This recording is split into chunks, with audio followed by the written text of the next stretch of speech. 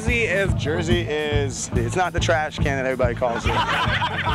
Jersey is my home.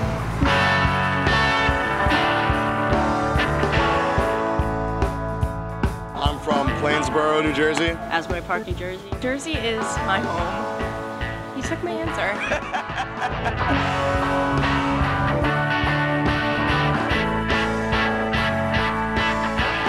Mattawan, New Jersey. Hazlet, New Jersey. Kearney, New Jersey.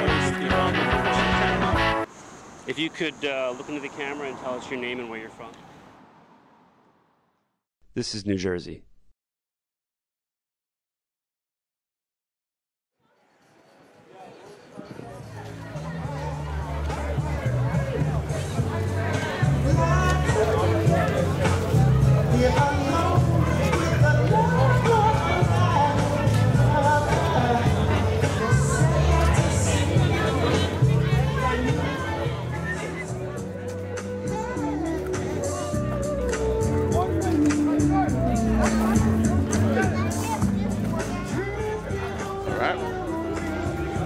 Why Gandhi? How'd Gandhi get up here?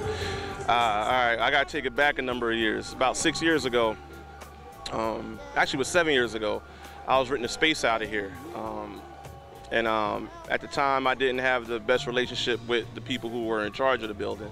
So I decided to leave. You know, I rented for about a year prior to that. I did all I could at the point, so I decided to give him my 30 days notice that I was leaving this property. So as I was moving out, I had noticed this wall, and I've never noticed it before. This is mine just before the guard and any of this. So I was like, I'm gonna paint that wall. You know, it wasn't permission or anything, I just wanted to do it. So all my homies tried to talk me out of it, like, yo, don't do it.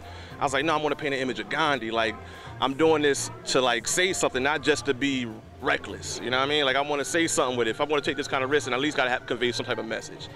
And at the time, I had just recently heard, like, you know, I have looked at the quote, "You must be the change you wish to see in the world." I was like, well, that's cool. I want to, you know, do an interpretation and put that quote up. My representation of Gandhi, put that quote up with it.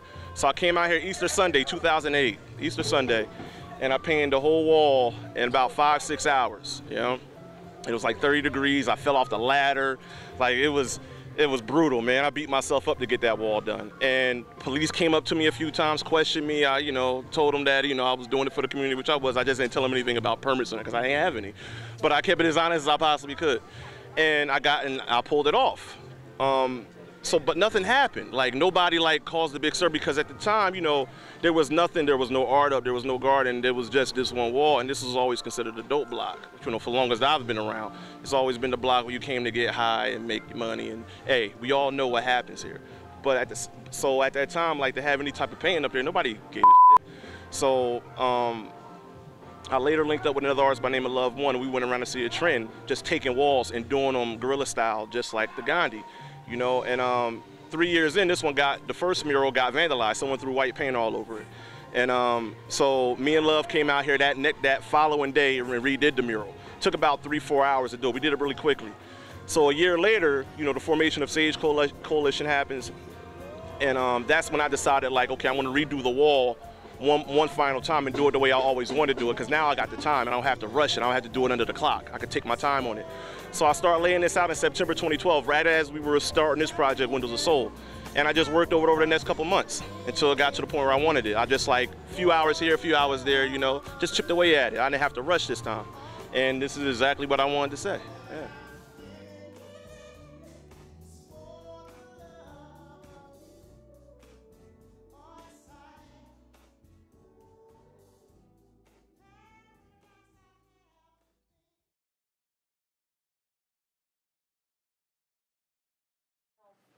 At 7 o'clock this morning, because last night she's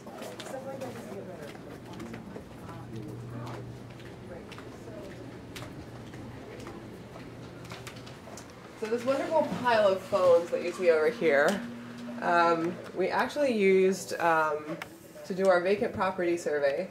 We used smartphones preloaded with an app that I'm going to show you now, which basically allowed our team of interns and volunteers to be able to put data directly into a map.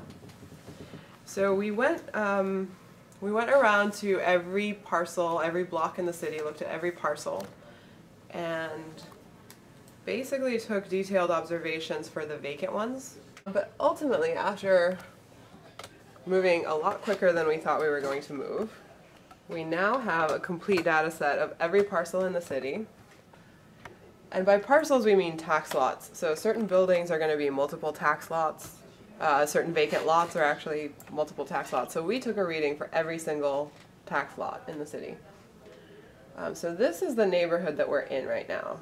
This is what we call Old Trenton. And as you can guess, the bright red is where we see vacant buildings. You know, we have quite a few empty things on State Street. And we were collecting, you know, complete sort of observations that derive from state law and derive from what we can actually do with these buildings. So in this particular case, we care whether the building was under construction, whether it had rent or for sale signs, whether it was unsecured, and this was a particularly interesting, you know, exercise because we were taking this to mean basically is the ground floor and the basement level boarded up. A lot of buildings in the city are not. We were not asking our field surveyors to actually circle the buildings or check what's going on in the alley. So we're actually undercounting the unsecured buildings.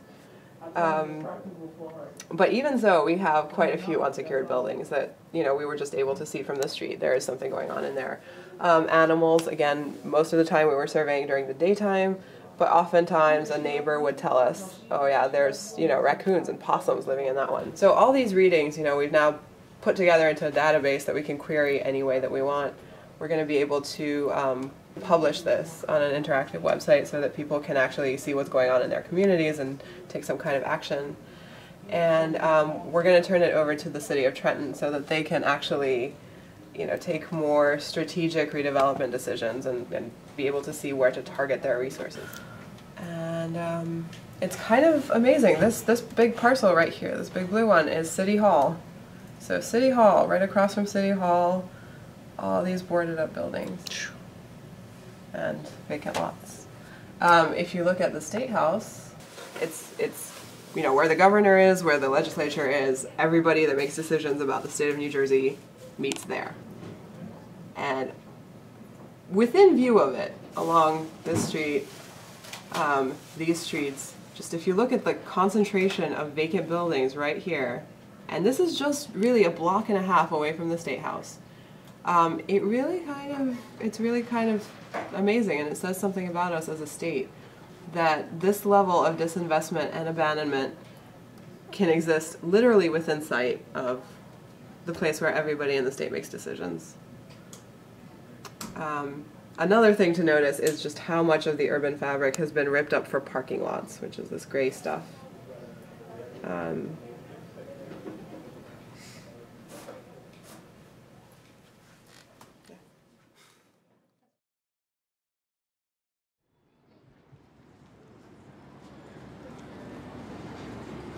If you look at the facades, you can see that these were beautiful buildings. And before the riots and the white flight from the city, Trenton was a very, very busy, very a hub. There was movie theaters, there was shopping downtown, whatever. But the riots and then the entrance, then in came crack into the city of Trenton, and that caused a whole big problem. People getting on crack. And then we ended up having drug havens. So, you know, it's a problem, but we can bring it back. Yeah. There's no reason why we can bring it back. And the artists come in there, and I made sure that we had all these buildings boarded up, cleaned out, and cleaned out the alleyways so that the artists could do all these murals and at least give some life, because they do live at the studio down there. They live in the gallery, a lot of the artists, and they work there, and they take care of the garden. So it's going to be marketable. If we can just we've gotten a lot of the drugs off the street, but we're not quite there yet. Once we do that and there's safety, I think we can encourage developers to come in. And with the new administration, I think that's going to happen. Because he's very interested and very supportive of the arts, culture, and history. Yeah. So I'm excited about that.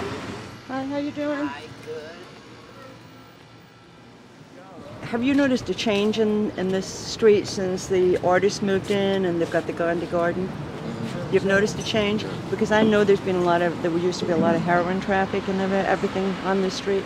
And so what we're hoping is to be able to redevelop this whole area so that we bring in more businesses, because that means jobs. You know, I mean, if you're homeless, you're homeless, but if you can get a job, then you can change that. And it doesn't have to be in this street, because there's a lot of businesses, buildings on this street. So we want to bring the city back. That's great. Okay, so we need you to help out in this block and make sure we don't have no problems. I do the best I can. Okay, all Do right. the best I can. Sometimes I come around here and I see it, so, you know, the more we can promote this block, the more we're going to be able to bring developers into something else. That's true. And since you live here, you'll experience it all. Yeah. Okay. What do you think is the most important thing to bring to this neighborhood, to this block? Man, I was homeless once upon a time, you know what I mean? You know, once you get abandoned buildings built up, we're on the property, and people can afford houses. You can get afford housing like this, and then there won't be people homeless running around the streets, running crazy. If people is not homeless, they got a place to live in, then they can have a stable mind. But I love talking to these people because they're all different and they love Trenton and they're struggling, you know. Sometimes just having a conversation with them makes their day. I know it makes mine. Trenton. Hi.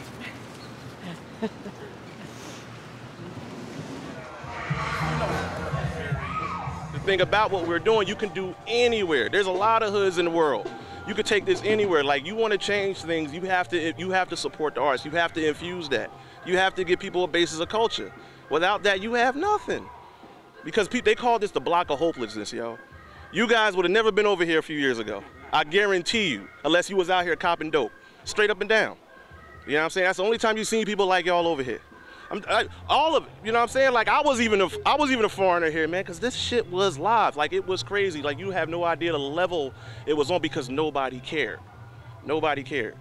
Then we start bringing in the arts, you know what I'm saying? I remember when I was out here painting the first Gandhi mural, this lady came up to me, I kid you not. She said she was in recovery, and seeing stuff like this gave her hope. I kid you not, yo. Like, stuff like that's the shit that keeps you going, you know? Knowing that you're affecting people's lives well beyond just a dollar sign, you know? Or about fame, none of that, it's whatever, man. Fame is all up here anyway. You're only as big as you are in your own mind. But you gotta keep it real, like knowing that what you're doing is really helping people. It ain't just for self, so. But you gotta balance it all too, you know. But you just gotta keep going.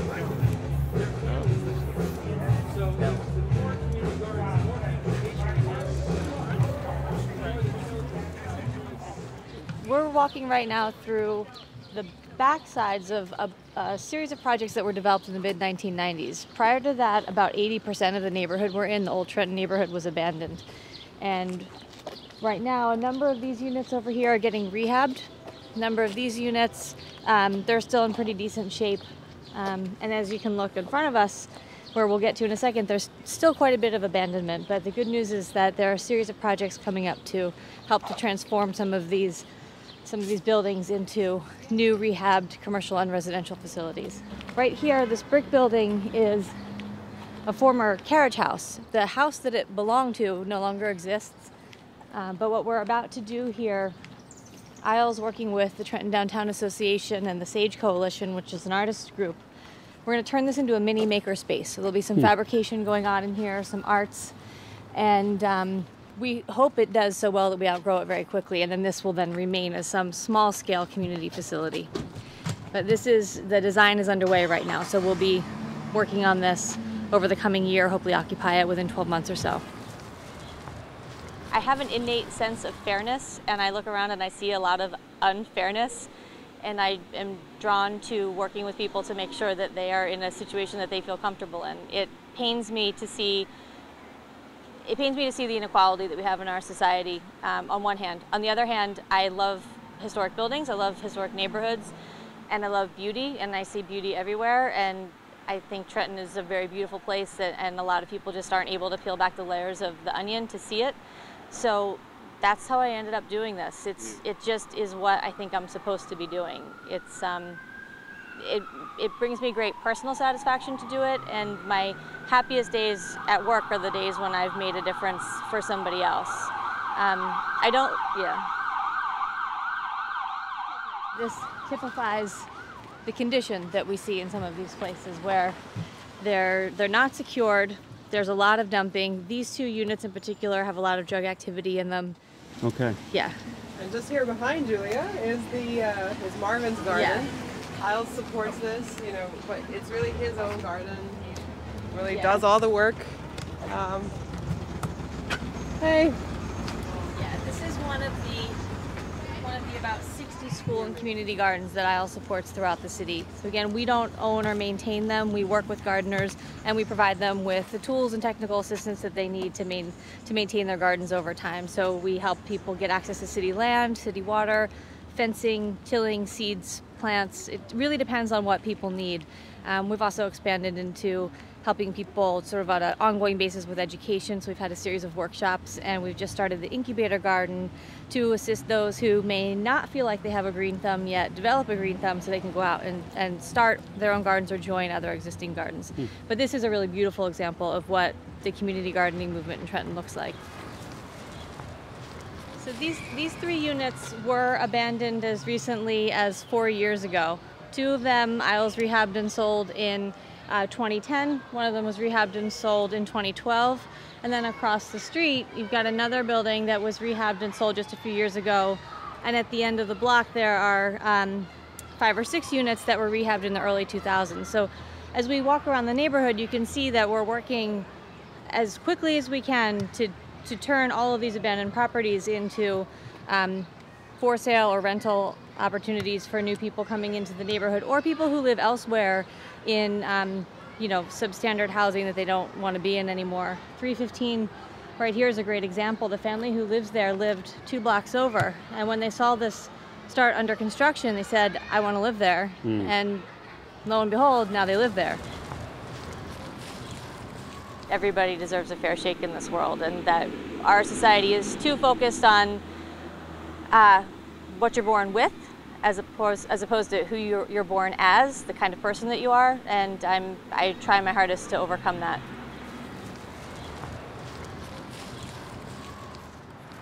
And this is Commerce Street. Mike, who you'll meet now, lives in this house, and he has actually taken over a portion of this abandoned house for this amazing planter. Where you can see he rearranged the steps on this abandoned house. This is an apple tree. Mike can explain the actual garden, because everything that is in here has been done by him with love.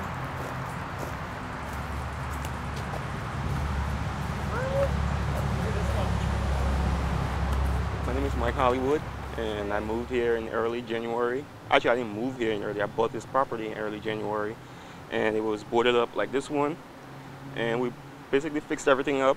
And after we were done inside, the next door looked like crap. So the step was all damaged, and so I decided to just plant some flowers in there. I started with tomatoes, and then later on, I bought an apple tree. It has 5 different varieties of apples on it. And then it just went crazy after that.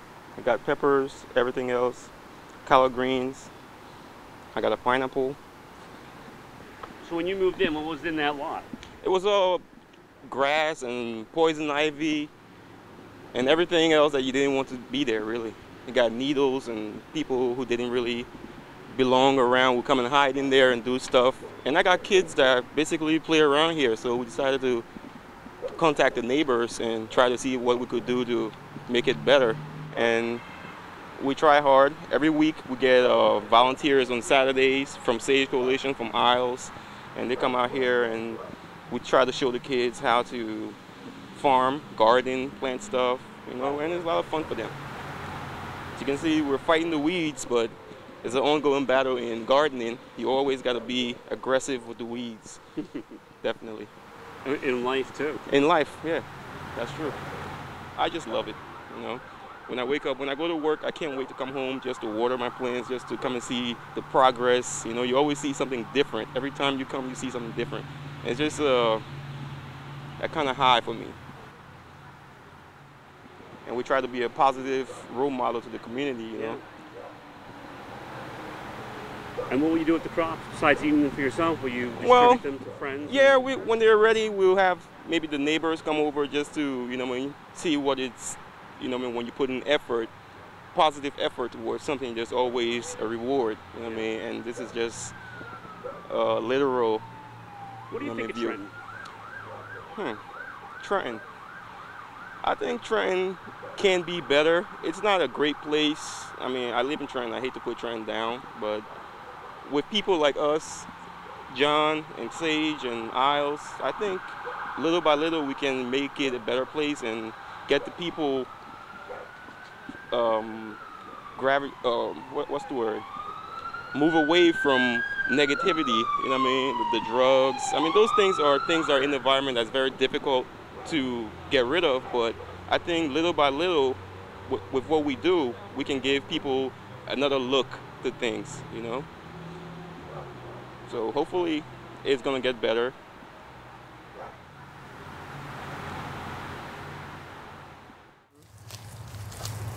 Go for it.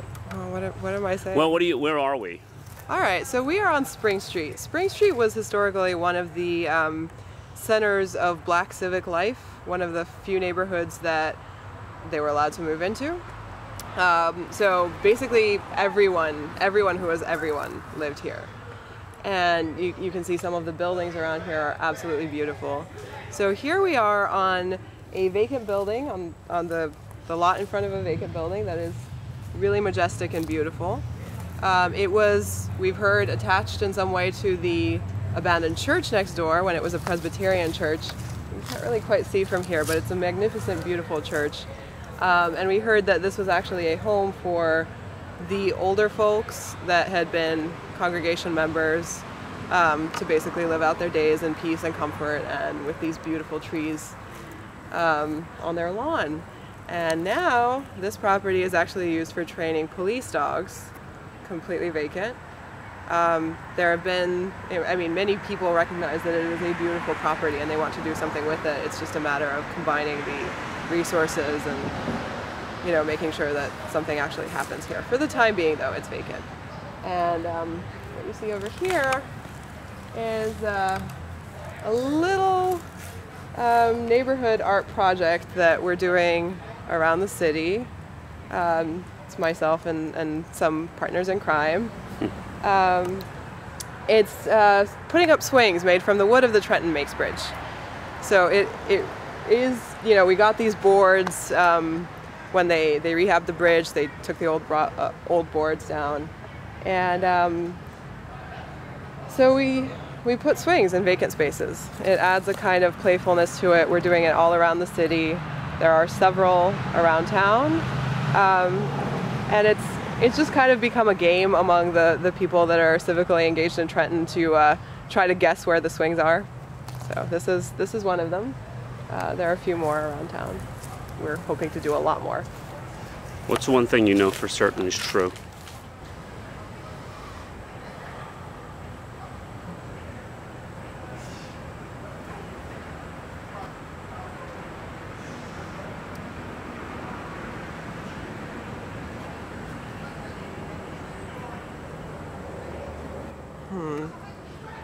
I'm not going to say this very articulately, but that if you go into situations and the work that you do, and you're always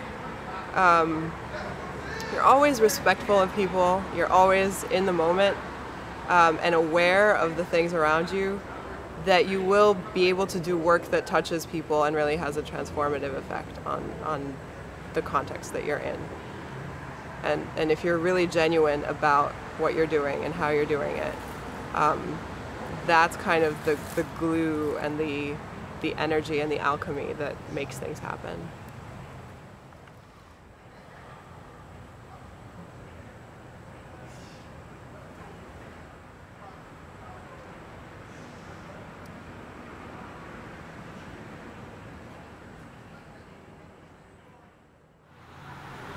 The future of Trenton, you know what? I think as long as, you know, people keep pushing at whatever makes them happy, Trenton's in good hands. Regardless of politics, regardless of any particular individual, whatever. as long as people keep doing progressive things, you know what I'm saying? But the thing about it, and I always take it back to art, this is what wakes people up. Like, oh my God, I can get out of here just by doing this. I just gotta apply myself. Yes, it's not hard, you know? But just keep, you know, society ain't really built for people like creative people, because you're supposed to conform very easy. Like, okay, you go to school, then you go to college, then you go to grad school, then you get a good job, have a wife and kid, get a mortgage, and die. You know what I'm saying? Like, nah, man, like, life is meant to have fun, yo. And art is what gets you out of that dark place. You know, we all been there, you know what I'm saying? Because no one gets it, or you're not making no money, or it's always something. But art is what gets you out of that dark place. And even in places like this, they can provide inspiration. People see abandoned buildings, I see canvas. It's like, nah, we could paint that. Yeah, ain't nobody complaining, let's go for it. You know, and off of doing that, people, hey, can you come do a job for me, a commission? So you'll make some money. But you gotta promote yourself, so you gotta give to get. You know, I don't look at anything I do for free. You know what I'm saying? Money, you know, that's relative. Like, it all depends on how much you need to live, you know, and how happy you are. You'll find a way. You know, just got to keep a positive mental attitude. And I go through it. I could be one of the most negative mugs you ever met, and I could be one of the most inspirational. But we all go through it. But you just got to find what gets you out of there. So you just got to keep working, and there's something to happen, man. You know, everybody got different times, yo. You know, I've been at this for a long time. Andrew, you tell them, man, we've been at this for years, yo. This was not overnight, you know, like what you see here. This took a lot of hard, selfless work to pull off. And you have to incorporate people. You got to bring people in, you know. That's the way you keep it moving. You got to keep replenishing the well, man. You can't expect to know everything. You get stale that way. Yeah. Yep. Yeah, well, yeah. Nothing else to say.